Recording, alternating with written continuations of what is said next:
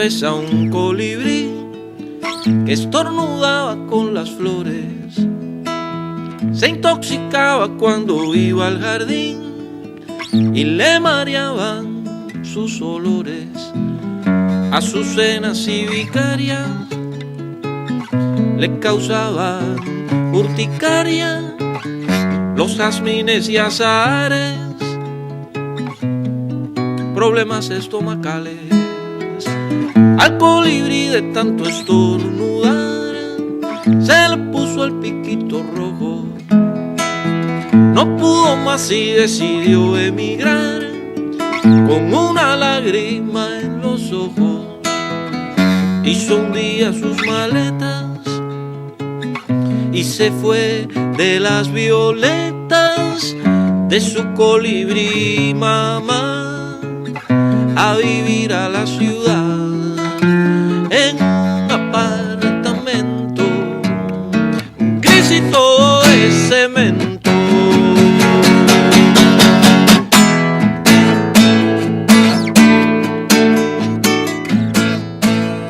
Pues nos encontramos aquí comentando esta segunda temporada de Filosofía al Aire Libre, que se tituló La filosofía rasca donde no pica. Nos encontramos con nuestro compañero Francisco Medina Tolentino, quien fue profesor de la generación que produjo, actuó y diseñó videos para esta temporada. Los tuvo en Leoye hace ya 2 años, pero fue en pandemia.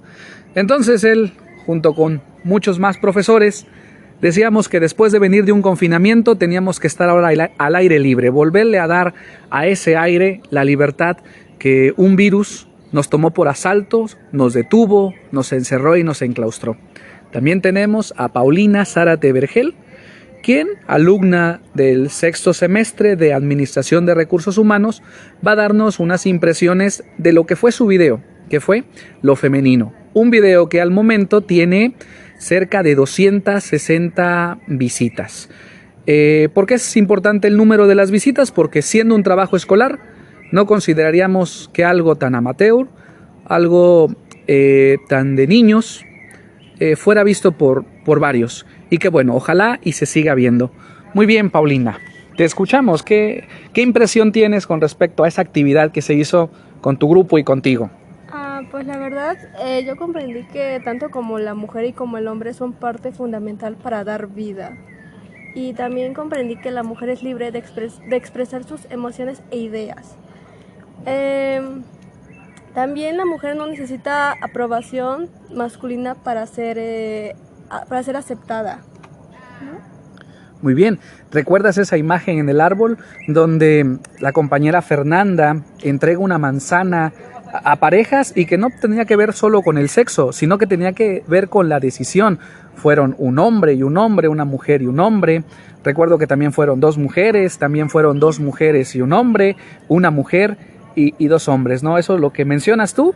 La mujer puede decidir, y no solo decidir qué estudiar, también puede decidir con su cuerpo. Y la filosofía rascó ahí donde no picaba, ¿no? Ya todo estaba dicho hasta que llegamos, retomamos a Aristóteles, retomamos el mito de Lilith y bueno, la mujer hoy en día y siempre tiene que conquistar ese asunto de decidir, ¿o no, Paulina? Así es correcto, profe. Ante todo, como usted dice, la aprobación, ¿no? Es la aprobación. Claro.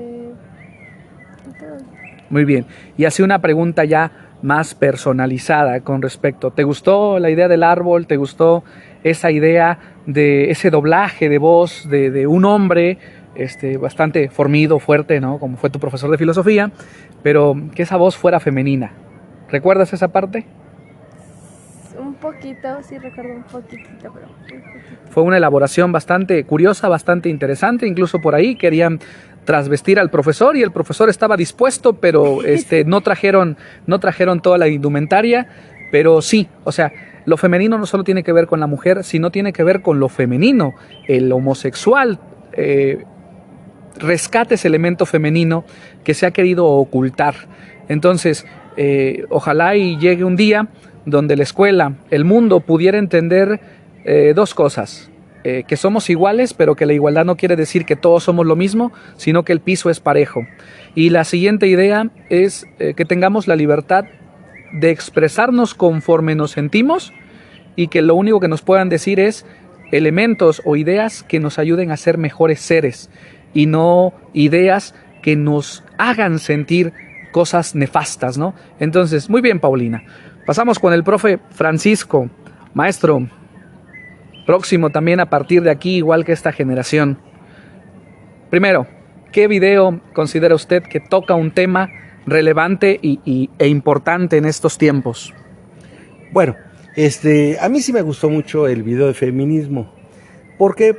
En primer lugar, porque es un tema muy actualizado.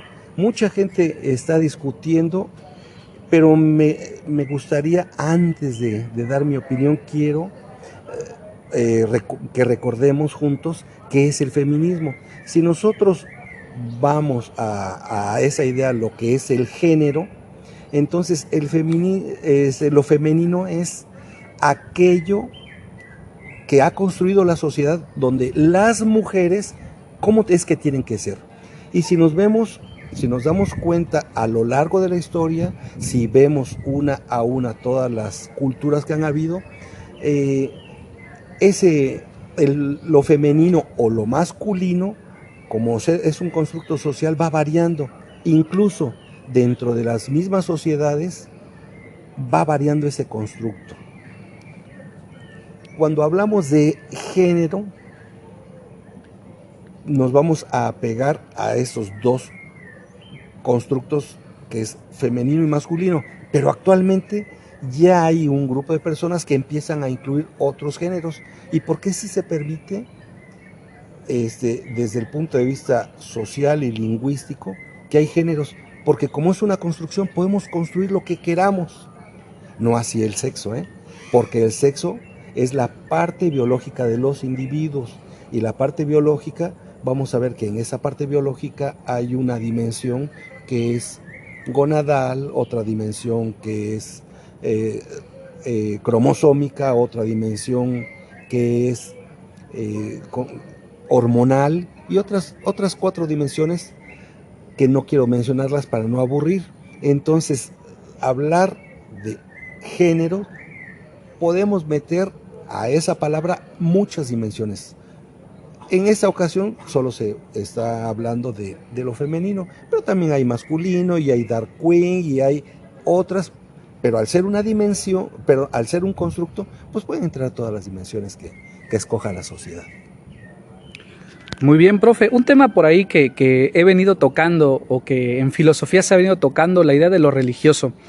En esta vez bajo la idea, siguiendo el principio de que la muerte de Dios era la muerte de ese Dios occidental, patriarcal, monoteísta, y el surgimiento de dioses particulares que cumplen más las tareas que queremos asignarles como sociedad. En el video por ahí se menciona 2 cuestiones muy interesantes.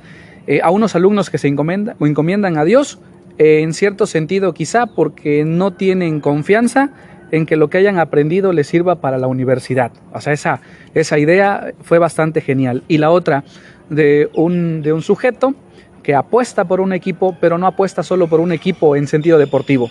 Apuesta su vida, no apuesta su dinero, y además por ahí apuesta su idea de Dios, ¿no? O sea, ese futbolista que es su Dios, si ese futbolista falla, lo insulta.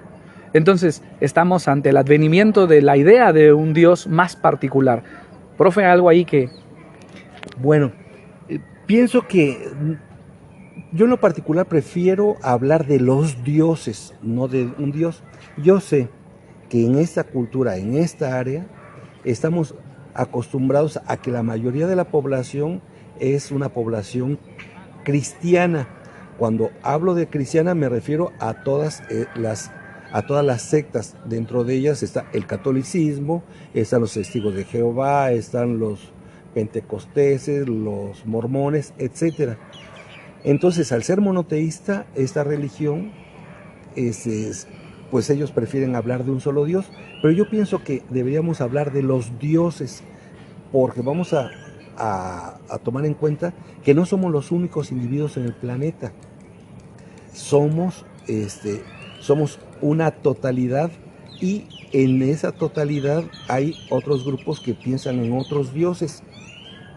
claro, yo pienso que una pequeña o gran arrogancia de los cristianos es decir que el único Dios verdadero es en el que ellos creen, pero si vamos y les preguntamos a las otras personas en otras religiones que no tiene que ver con el judeo-cristianismo, pues vamos a ver que ellos también creen aquellos dioses porque piensan que son los que el Dios en el que ellos están creyendo pues es el Dios verdadero. También la filosofía fue a rascar un tema bastante puntual hoy en día, que ya con usted, profe, alguna vez lo comentamos, que creo que hay por ahí algo político. La cuestión de las adicciones, o sea, siempre estamos preocupados por el adicto, cuando deberíamos estar preocupados por el origen de la adicción. Y por ahí usted comentaba algo bien interesante, ¿no? Adicción viene por ahí de en contra, ¿no? Dicción, decir algo que no se dice. Y normalmente hablamos de las drogas diciendo lo mismo, la marihuana, el alcohol, el fentanilo. Pero la adicción al trabajo, la adicción a la imagen, la adicción a lo nuevo, la adicción a la moda, también va generando dopamina y que es algo que no se dice, ¿no? Sí, efectivamente, esa descripción de lo que son las adicciones, que es de lo que no decimos, de lo que no hablamos, pues tiene mucho más que ver con esas sustancias químicas que a veces nosotros recurrimos, a veces por placer, a veces por experimentar, a veces para romper las reglas que nos quieren imponer, porque muchas de estas sustancias son prohibidas tanto por la sociedad como por la ley.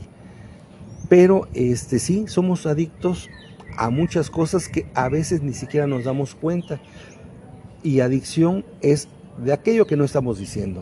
Muchas veces abandonamos muchas cosas por estar en el trabajo, y podríamos hacer loas a esas personas que están en el trabajo, pero en general muchas veces no es nada más porque quieren producir, porque quieren venir. Muchas veces es una adicción, o muchas veces hay adicción a los videojuegos, o a veces hay adicción al simple ocio, porque también en el ocio puede haber adicción. Entonces, la adicción va mucho más allá de las sustancias que nosotros podemos usar. Y por último, también por ahí algo que causa mucha sorpresa, la idea de los eléctricos, que fue bastante interesante, sobre la desnaturalización de la violencia. Además de nuestra cuestión racional, somos animales, somos intuitivos, pero además de intuitivos, somos instintivos. Y por eso tenemos la fuerza y por eso tenemos esta complexión. Entonces digamos que ser violentos es natural.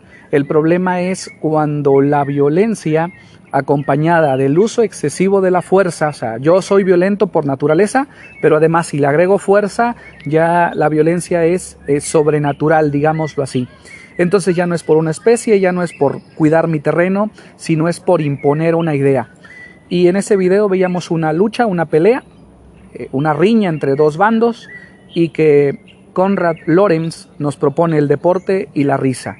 Y por ejemplo, de la risa nos propone dos obras: El lobo estepario, de Hermann Hesse, y nos propone de Umberto Eco, Nombre de la Rosa, el asunto de querer condenar ese libro de la comedia que se le atribuye a Aristóteles en la obra El Nombre de la Rosa, y que esto habría que rescatarlo, porque no vamos a resolver el asunto de la violencia solo con conferencias o con cuestiones intelectualoides.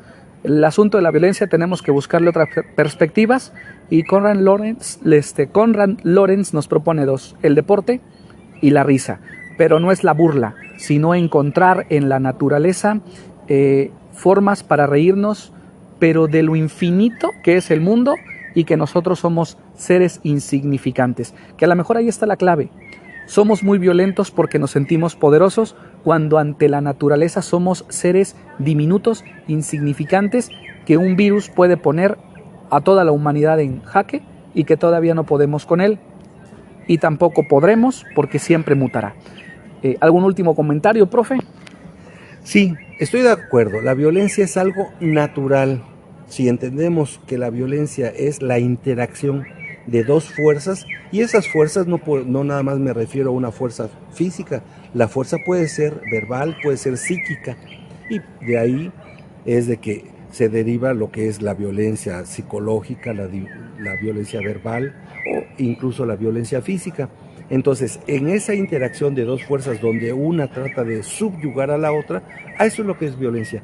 Y eso es natural.